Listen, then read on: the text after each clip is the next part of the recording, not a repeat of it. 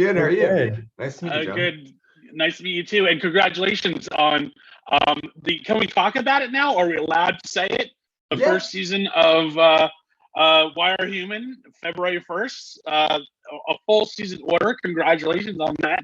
I remember a year ago getting the pilot and laughing hysterically, hoping that this was going to get picked up. So Awesome, thank you. Congratulations on the pickup. I'm so happy for you guys. Thanks. But you know, I mean, obviously, a lot of people guys know you for being so instrumental to and you know the empire that is now Katya and Trixie's media influence and whatnot. So tell me a little bit about what was like the beginning stages of that and how being instrumental in Katya and Trixie's big success has helped shepherd you guys to eventually create your own new series. It's been a really wild ride. I think it's been out for like 6 or 7 years, and in that time, like everything has changed Sure. for them and also for us. When started, it was all our producer Pete kind of like realizing Trixie and Katya's dynamic was gold, like on the show whenever they got to interact, which was not very often. So he saw that and then put them on a green screen in the WoW basement, and it started off like really humble. And I think the other editor that started at the time, Chris Smith, had already put his spin on it with the editing and like adding to it, because when you have them on a green screen on a white background, that's like a blank slate, there's like not much other stimulus, and so we would just kind of add to it. And looking back on those early episodes, like the editing, it was just like kind of like little touches here, and then we got more and more ambitious. And then Trixie and Katya started reacting to what they were seeing, because Trixie and Katya don't see the episodes until they air on YouTube. We don't send them to them in advance. And so when they started seeing it and responding to it and like going with bits we had done earlier on the set, like it just kept growing and growing. And the other interesting dynamic too is that it after the 10th episode, it was always 2 editors. And there was kind of like a friendly, we would each take a half of it, and then you would just try and make each other laugh, and you would try and make Pete laugh, and you would try and make Trixie and Katya laugh. And so there was always like a little bit of trying to top one another and learning from one another and borrowing from each other's styles. And then when Jeff came in, he was like he sort of went along with the style that had already been set, but then also added his own voice to it. Yeah, and I would think a lot of YouTube, a lot of your YouTube creators would actually kind of look at you guys as almost like a forefathers to a lot of the ways in which editing videos on YouTube happens now. I mean, even if you see your influences, even in videos like from Mr. Beast and some of these big, huge channels, you see the influences coming from you and Jeff and that whole crew. I mean, are you guys cognizant of that? And do you guys get a little like like reddish in the face, like in terms of, that's us, that's Yeah, we always like the idea. Yeah, we like the idea of how when people want something to look like they now just say we want something like an style editing, and there almost isn't any other adjective to use other than we want style editing. So we're definitely like very proud of that. I think that's what led us to start creating our own things, because we're just like, this editing style is so fun and there's so much that we want to do. Like, what else can we do besides making Trixie and Katya look crazy? Is there anything else we can do with it? And that's when we decided to start pitching ideas to do other things, such as Why Are Humans? Yeah. And so one of the things I found interesting was when you guys brought Katya and Trixie to Vice, and when you guys came back to YouTube, I don't know if there was maybe some, being on a TV channel, if that introduced some handcuffs that maybe you guys, it was almost kind of restricting in a sense. And then when you guys got back to YouTube, you looked like your old selves again. And the show really started again flourish and become its own thing. And what do you think of that process? There used to be this dream of getting on TV. I don't know if that's a thing anymore, and I think guys like you proved that and are continuing to show that. Yeah, I mean, the TV show was like a fun opportunity, and I think it like did good things in its own right, but it definitely was like there were actually a lot of time constraints, and even though Vice like encouraged us to pretty much do whatever we wanted, and they wanted that kind of like craziness, yeah, there definitely is this freedom that comes with YouTube. And so it was a combination of a few things. It was a combination of like, I think that having the TV show allowed us like a little bit more time, a little bit more resources, and allowed us to like really come back and invest that like energy and excitement back into the web series.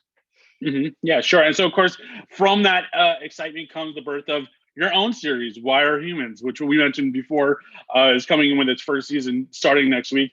Tell me about how the idea of this show came about and what eventually brought it to where it is today. Jeff, do you want to? I think a lot of it was we have this fun editing style, and we both work, me and Ron work very well together.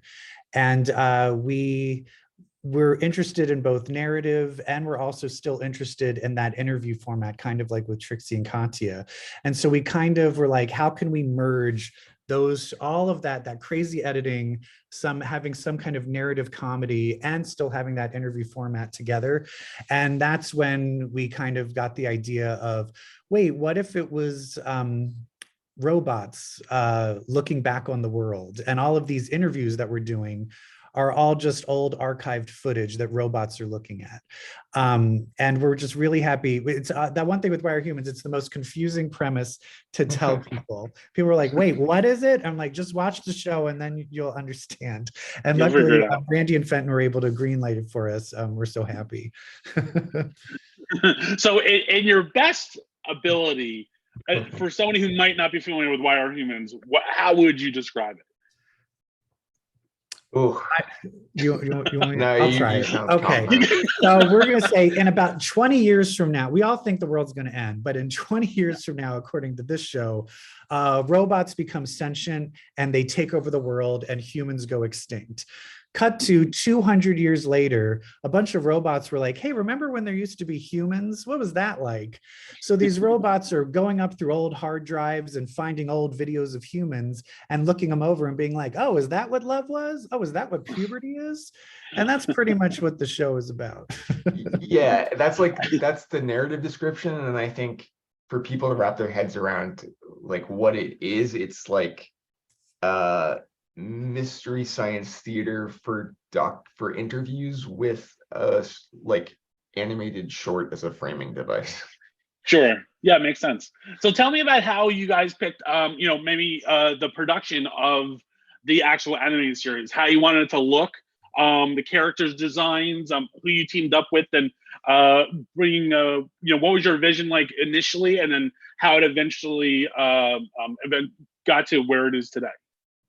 Yeah. Sorry, go ahead, Jeff. No, you go. I think there's the thing that makes On work is there's a little bit of a fun unpolishedness to it, that kind of like real cheesy Photoshop. And I think that adds to the comedy of it. So we kind of wanted to have an animated style that's also felt a little bit kind of rough and South Parky. We felt that that would kind of go with our editing style. And so that's why we ended up animating everything in Character Animator in Adobe, which we just built everything in Photoshop, and then we're able to just move our bodies and animate it that way. So it's very kind of lo-fi animation, but I think it kind of adds to the editing style.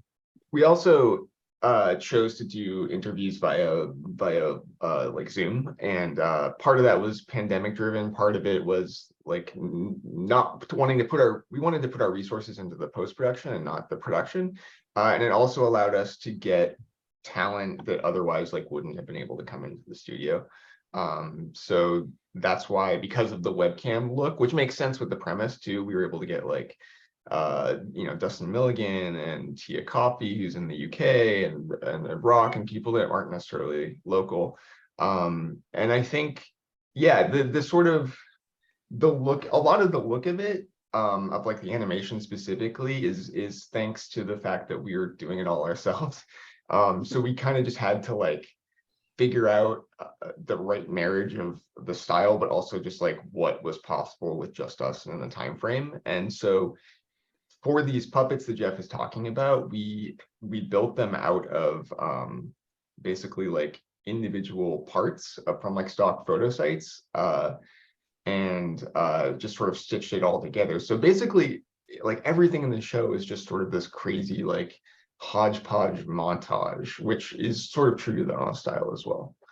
Mm-hmm. And so you guys mentioned before, Jeff, you mentioned South Park. Were you guys always big fans of animation, even like your earlier years? And then, what are some examples of animated series that you guys are big fans of that you think maybe helped with the pathos of developing your own one?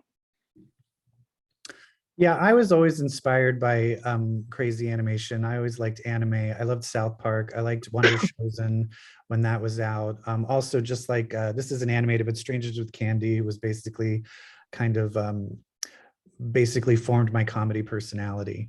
That's kind of where all of the craziness inside my brain has come from. Wonder Chosen, if that's the type of stuff we're talking about, I think we're looking at a good show here. What about you, Ron? I think current shows I really love are like the Harley Quinn animated series is just so fun and original.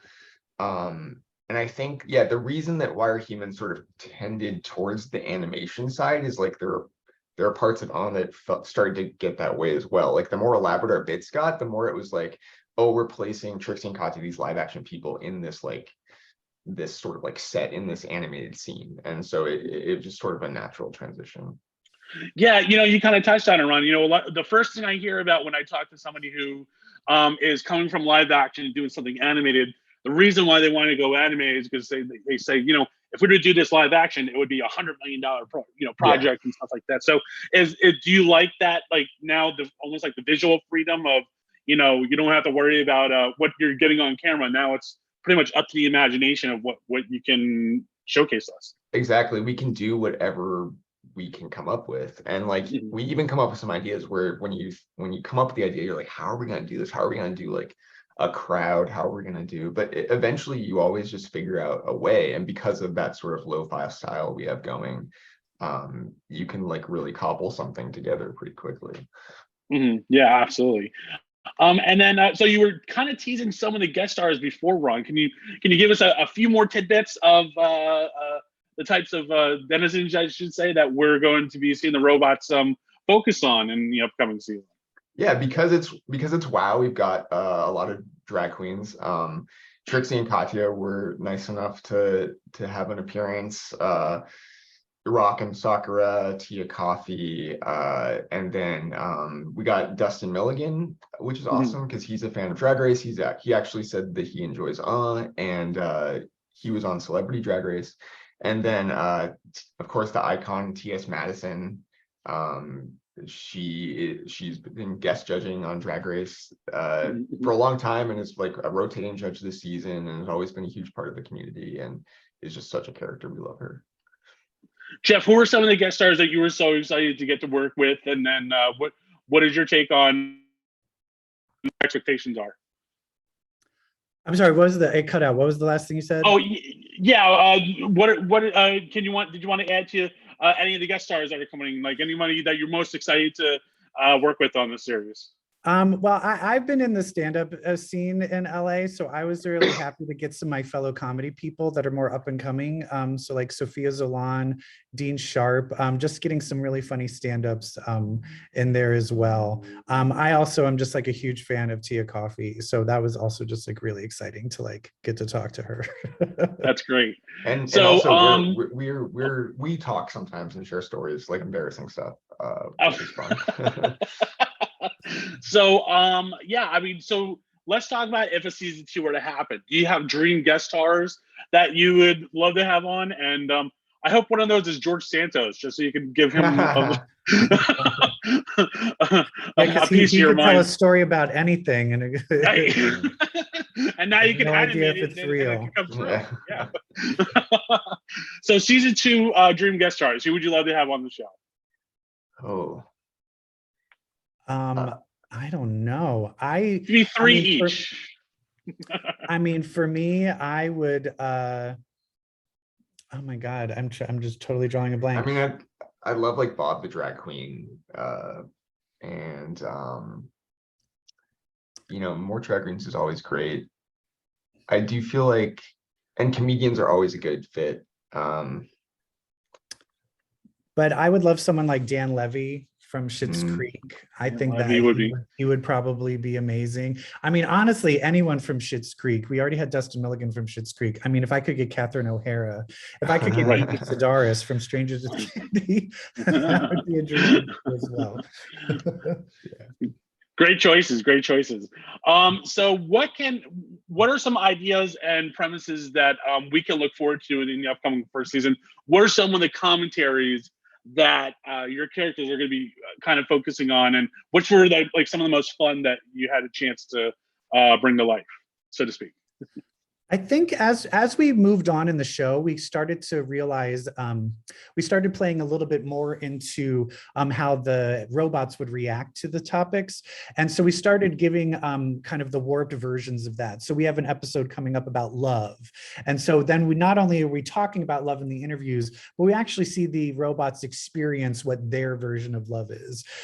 We kind of created a world where these robots think they don't understand the human emotion of love, but they actually are already kind of experiencing it in their own weird robot way. And then there's another episode on the apocalypse and dying.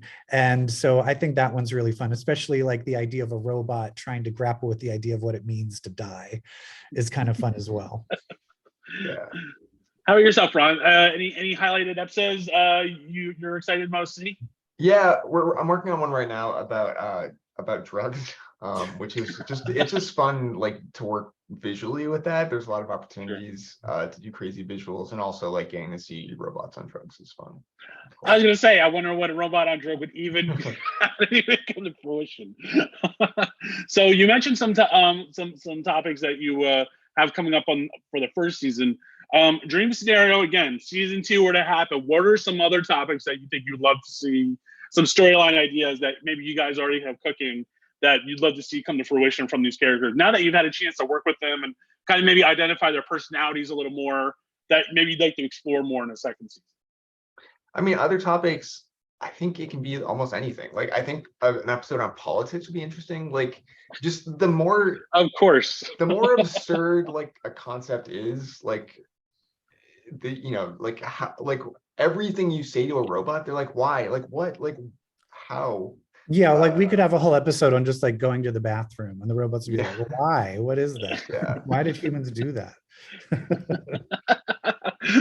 Well, that's great, guys. So I'm coming up short on time. I want to thank you guys so much for taking the chance to talk with me, and I can't wait to see the first season of Why Are Humans. Congratulations, and hopefully we get a season 2, and we'll be talking to you guys again much sooner rather than later. Awesome. Thank you, John. Thank you. All right, guys. Ron and Jeff, take care. You too. Bye.